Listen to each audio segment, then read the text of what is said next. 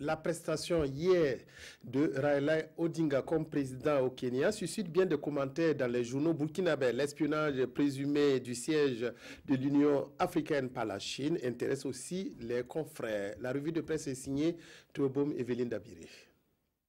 La Chine a-t-elle espionné le siège de l'Union africaine?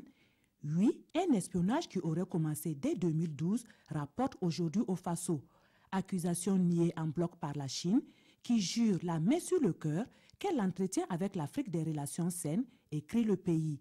Le nouveau président de l'Union africaine, Paul Kagame, ne semble d'ailleurs pas s'en offusquer quand il affirme « La Chine n'est pas le seul pays à espionner les responsables africains », écrit Sidoya.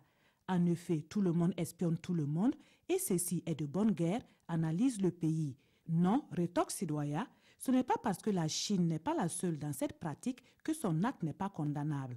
Moucharder l'Afrique est la preuve que l'Afrique présente un intérêt certain, affirme le pays qui poursuit.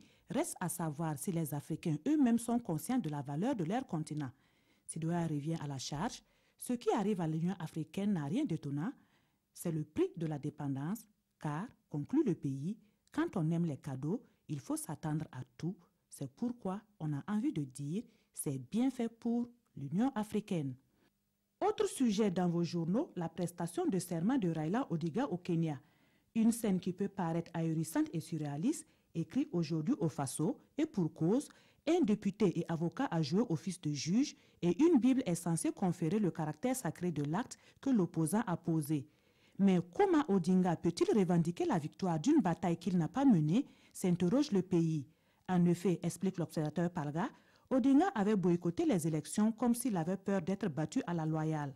Cependant, il est résolu à pourrir le mandat de son challenger, quel que soit le prix à payer, la prison ou la mort, avait-il lancé la veille, rapporte le pays. Cette prestation de serment est puérile et risible selon aujourd'hui au Faso. C'est une parodie qui sonne comme le chant du cygne, renchérit l'observateur Palga. C'est tout.